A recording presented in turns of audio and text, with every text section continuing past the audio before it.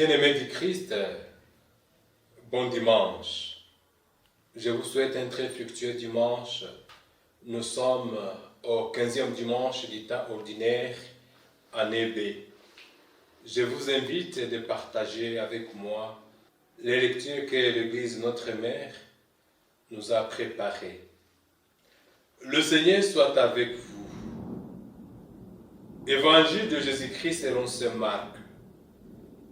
Jésus appelle les 12 et pour la première fois, il les envoie 2 par 2. Il leur donnait pouvoir sur les esprits mauvais et il leur prescrivit de ne rien emporter pour la route, si ce n'est un bateau, de n'avoir ni pain, ni sac, ni pièces de monnaie dans leur ceinture. Mettez des sandales, ne prenez pas de tunique de rechange. Il leur disait encore, car vous avez trouvé l'hospitalité dans une maison, restez-y jusqu'à votre départ.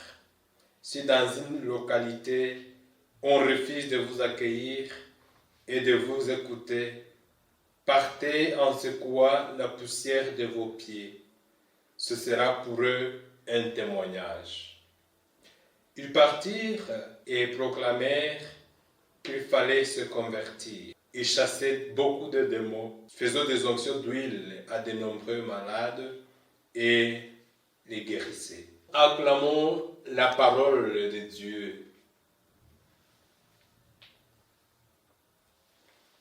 Bien-aimés du Christ, lecture que l'Église de notre Mère soumette à notre méditation à ce 15e dimanche du temps ordinaire, année B, revient sur la mission que Dieu confie aux hommes par le biais de son choix. Dans la première lecture, cette mission est confiée au prophète Amos pour fustiger l'injustice sociale et pour prêcher en faveur des pauvres. La deuxième lecture nous rappelle que Dieu nous a choisis et destinés à être des fils et des filles en son Fils Jésus-Christ. Et dans l'Évangile, Jésus envoie 12 en mission inviter les hommes à la conversion. La première lecture nous parle de la mission divine du prophète Amos et les difficultés qu'il a rencontrées dans le pays de mission. Amos dénonce de grandes infidélités à l'alliance avec Dieu. D'un côté, le manque de justice sociale et de l'autre, le formalisme culturel. Il fustige l'exploitation des pauvres et des faibles. Il s'attaque aux riches qui s'accaparent injustement des biens au détriment des pauvres. Dieu ne tolère pas la recherche des intérêts égoïstes des puissants qui spolient sans pitié les pauvres.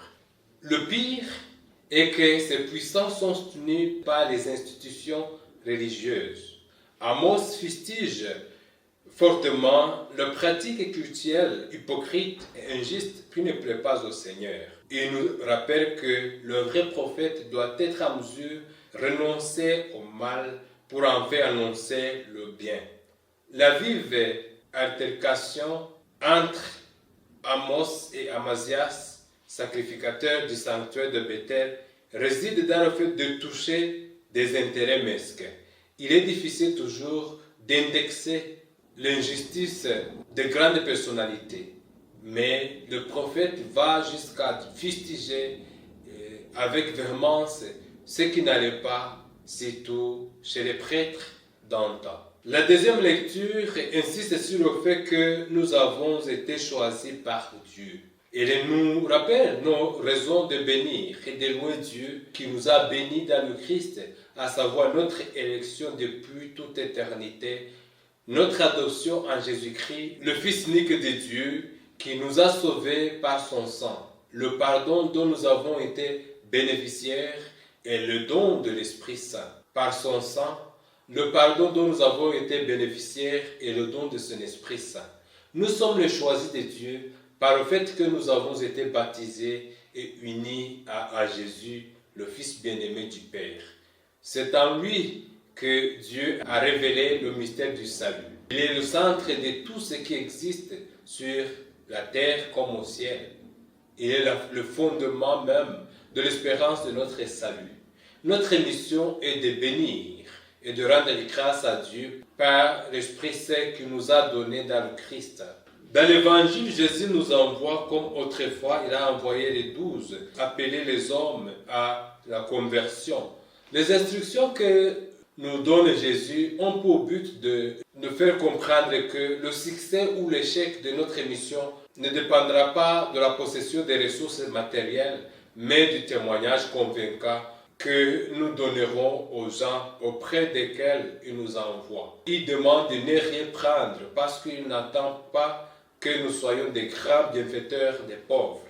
Nous devons plutôt accueillir l'hospitalité qui nous est offerte. Jésus nous demande d'éviter tout ce qui peut entraver, tout ce qui peut être l'obstacle à notre témoignage. Notre grand défi en tant qu'envoyé du Christ est celui du détachement, envie de nous garder de tout ce qui peut limiter notre liberté d'action ou de parole. La tunique que Jésus nous demande de porter aujourd'hui est celle du baptême, qui symbolise notre identité chrétienne comme des personnes revêtues le Christ. La tunique aussi est un symbole de notre personnalité. Jésus ne veut pas que nous soyons des hypocrites. Jésus ne veut pas que nous ayons de doubles personnalités. Notre mission est une continuation de la mission du Seigneur lui-même. Nous sommes choisis et envoyés appeler les hommes au repentir et à l'accueil de Jésus comme leur roi et sauveur.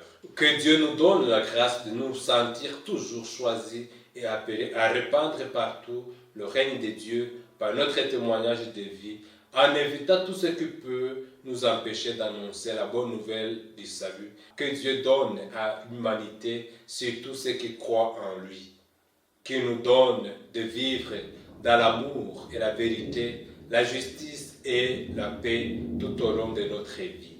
Amen. Bien-aimés du Christ, je vous remercie pour votre aimable attention et je souhaite à vous tous bon dimanche. Le Seigneur soit avec vous. Que Dieu Tout-Puissant, bon, amour et miséricordieux vous bénisse et vous protège, le Père, le Fils et le Saint-Esprit. Amen.